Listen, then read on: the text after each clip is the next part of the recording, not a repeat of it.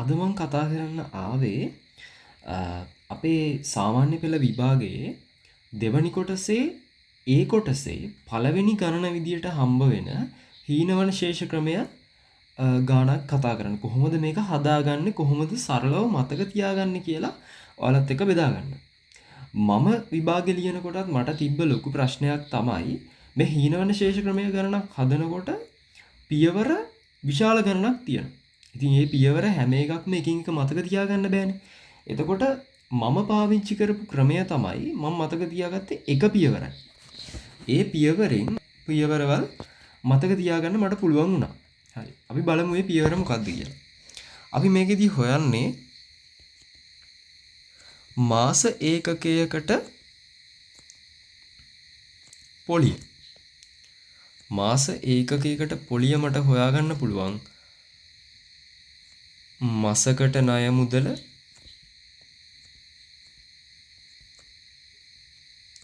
ගුණ කිරීම වාර්ෂික පොලිය අනුපාතිකය ගුණ කිරීම 12න් එකකින්.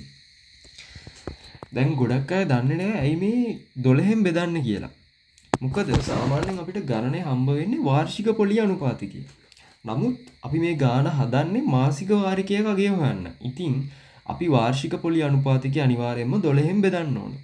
එතකොට මෙන්න මේ පියවර මතක තියාගත්තා නම් අපිට අනිත් පියවරවල ඉබේම මතකයට ගන්න පුළුවන්. දැන් උදාහරණයක් විදියට දැන් මාස ඒකකයට පොලිය හොයන්න මොනවද අපිට ඕන වෙන්නේ? මාසකට ණය මුදල. දැන් මම හොයන්න ඕනේ එතකොට මොකද්ද? මාසකට ණය මුදල. මාසකට ණය මුදල මට හම්බ වෙනවා මුළු ණය මුදල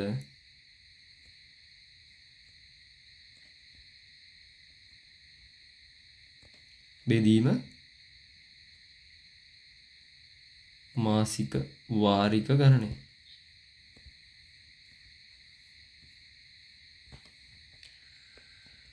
හරි. එතකොට දැන් අපිට මේකෙන් හම්බ වෙන්නේ මාස ඒකකයකට පොලිය. එහෙනම් අපි හොයාගන්න ඕන අනිවාර්යයෙන්ම මාස ඒකක ගණන. ඊළඟ මගේ පියවර යනවා මාස ඒකක ගණන. ඒකට අපි දන්නවා සූත්‍රය n බෙදීම 2 ගුණ කිරීම n ධන 1. මෙතන n කියන්නේ මාසික වාරික ගණන. මාසික වාරික ගණන. හරි. ඊළඟ පියවර තමයි දැන් අපි මාස ඒකකයකට පොලිය දන්නවා, මාස ඒකක ගණන දන්නවා. එහෙනම් අපිට හොයාගන්න පුළුවන් මුළු පොලිය. මුළු පොලිය සමාන වෙනවා මාස ඒකකයකට පොලිය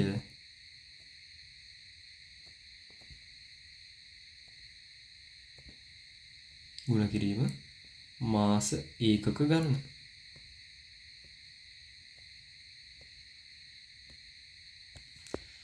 ඕකෙන් අපිට හම්බ වෙනවා අපිට අවශ්‍ය මුළු පොලිය. හරි. දැන් ගානේ 80%ක් විතර ඉවරයි. එතකොට දැන් අපි දන්නවා ණය මුදලක් දන්නවා මුළු පොලියක් දන්නවා. එහෙනම් මට ගෙවිය යුතු මුළු මුදල හොයාගන්න පුළුවන්.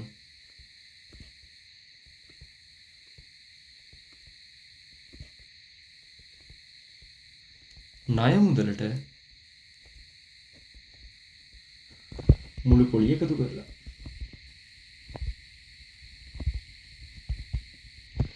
මට හොයාගන්න තියෙන අන්තිම උත්තරේ තමයි වාරිකයක අගය. මාසික වාරිකයක අගය හොයාගන්න පුළුවන්. අපි ගෙවිය යුතු මුළු මුදල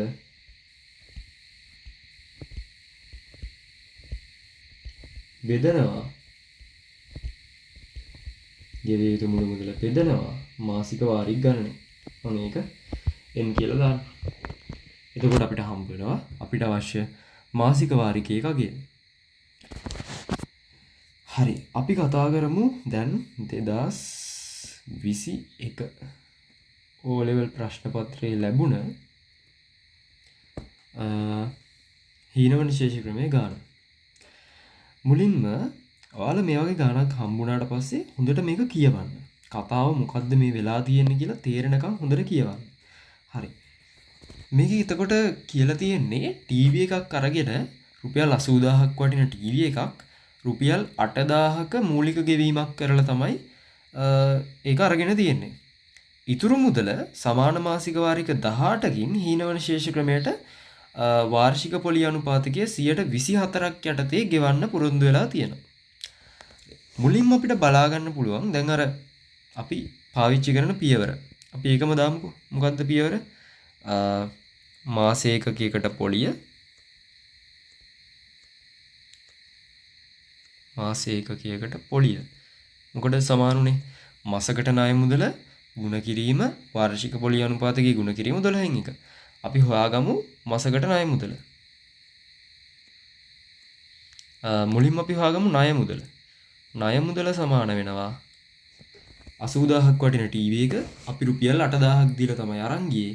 ඒ කියන්නේ 80000න් 8000ක් අඩු කරාම අපේ ණය මුදල රුපියල් 72000යි. ඊට පස්සේ මාසකට ණය මුදල හොයාගන්න පුළුවන් 72000 බෙදීම මාසික වාරික 18යි. එතකොට මාස ඒකකයකට පොලිය සමාන වෙනවා මාසකට ණය මුදල 72000 බෙදීම 18 ගුණ කිරීම වාර්ෂික පොලි අනුපාතකය 24යි. ගුණ කිරීම 12න් එකයි. මොකද මේ තියෙන්නේ වාර්ෂික පොලි අනුපාතකය. හරි. මෙන්න අපේ ප්‍රකාශනය නිවැරදි වෙයි. දැන් අපිට තියෙන්නේ මේකේ අගයන් සුළු කරලා ගන්න. 0.2කට 0.2 කපනවා 24ට 12 ඒවා 2යි 18 දෙකෙන් බෙදුවම 9යි 72ට 9 ගොඩවල් 8. එතකොට මාස ඒකකයකට පොලිය හම්බ වෙනවා අපිට රුපියල් 80යි කියලා. හරි. ලොකු වැඩක් ඉවරයි. දැන් තියෙන්නේ මොකද්ද? මාස එකක ගණන හොයාගන්න. මාස ඒකක ගණන සමාන වෙනවා n බෙදීම 2 ගුණ කිරීම n ධන 1. එතකොට n මෙතන කීයද? වාරික 18යි. එතකොට 18 බෙදීම 2 ගුණ කිරීම 18 එකතු කිරීම එක කියන්නේ 19යි. එතකොට 18 දෙකෙන් බෙදුවම උත්තරේ 9 ගුණ කිරීම 19. මාස එකක ගණන එනවා 171යි. මුළු පොලිය හොයාගන්න පුළුවන්.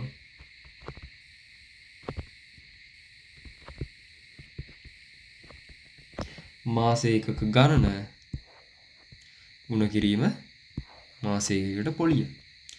එතකොට අපි හොයාගත්තා මුළු මාස ඒකකයකට පොලියාව රුපියල් 80යි. මාස ඒකක ගණනාව 171යි කියලා. මුළු පොලිය අපිට හම්බ වෙනවා රුපියල් 13680ක්. දැන් අපිට ගෙවිය යුතු මුළු මුදල හොයාගන්න පුළුවන්. 13680ට අපි තව කොච්චර ගෙවන්න ඉතුරු වෙලා තිබ්බද? රුපියල් 72000ක්. මං කෙලින්ම වාරිකයක අගයම හොයනවා. වාරිකයක අගය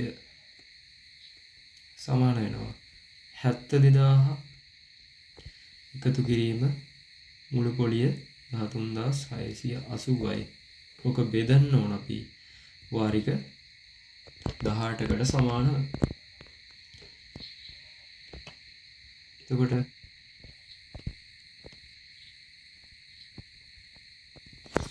85680 බෙදීම 18 රුපියල් 4760යි කියලා හම්බ වෙනවා වාරිකයකගේ. මම හිතනවා ඔයාලට වඩා ලේසියෙන් මේ ගාන හදන්න පුළුවන් කියලා. මොකද මේක කෙලින්ම ලකුණු 10ක්. හීනවන ශේෂ ක්‍රමයේදී අපිට ලැබෙන්න පුළුවන් දෙවන ගණනාකාරය තමයි වාරිකයකගේ දීලා වාර්ෂික පොලි අනුපාතකය හොයන්න වෙනවා. එතකොට වාර්ෂික පොලි අනුපාතකය හොයාගන්න නම් අපිට හොයාගන්න වෙනවා මාස ඒකකයකට පොලිය. මාස ඒකකයකට පොලිය අපිට හොයාගන්න පුළුවන් අපි හොයාගත්තනම් මුළු පොලිය. එතකොට කොහොමද මුළු පොලිය හොයන්නේ? මුලින්ම දැන් අපි දන්නවනේ වාරිකයකගේ වාරික ඒකකය මෙන්න මේ n එක්ක ගුණ කළා. ඒ කියන්නේ වාරික ගණනෙන් ගුණ කළා අපිට හොයාගන්න පුළුවන් ගෙවිය යුතු මුළු මුදල. ඊට පස්සේ ගෙවිය යුතු මුළු මුදලෙන් ණය මුදල අඩු කරාට පස්සේ අපිට හොයාගන්න පුළුවන් මුළු පොලිය. ඊට පස්සේ මුළු පොලිය මාස ඒකක ගණනෙන් බෙදුවා නම් අපිට පුළුවන් හොයාගන්න මාස ඒකකයකට පොලිය. හරි සරලයි. මාස ඒකකයකට පොලිය හොයාගත්ත කියන්නේ ඒක ගෙනහිල්ලා මෙතෙන්ට ආදේශ කරනවා මාසකට ණය මුදල අපිට කොහොමත් හොයාගන්න පුළුවන් ණය මුදල බෙදීම මාසික වාරික ගණනේ. එතකොට අපි වාර්ෂික පොලිය අනුපාතකය උක්ත කරගත්තා නම් ඒකේ පිළිතුර අපිට හොයාගන්න පුළුවන්. ඉතින් thank you මාත් එක්ක අද එකතු වුණාට. ඒ වගේම ඔයාලට තියෙන ප්‍රශ්න තේරුම් නැද්දක් තියෙනම් අනිවාර්යෙන් කමෙන්ට් කරන්න. good luck. හොඳට වැඩ කරගෙන යමු. තව වීඩියෝ එකකින් හම්බ වෙමු.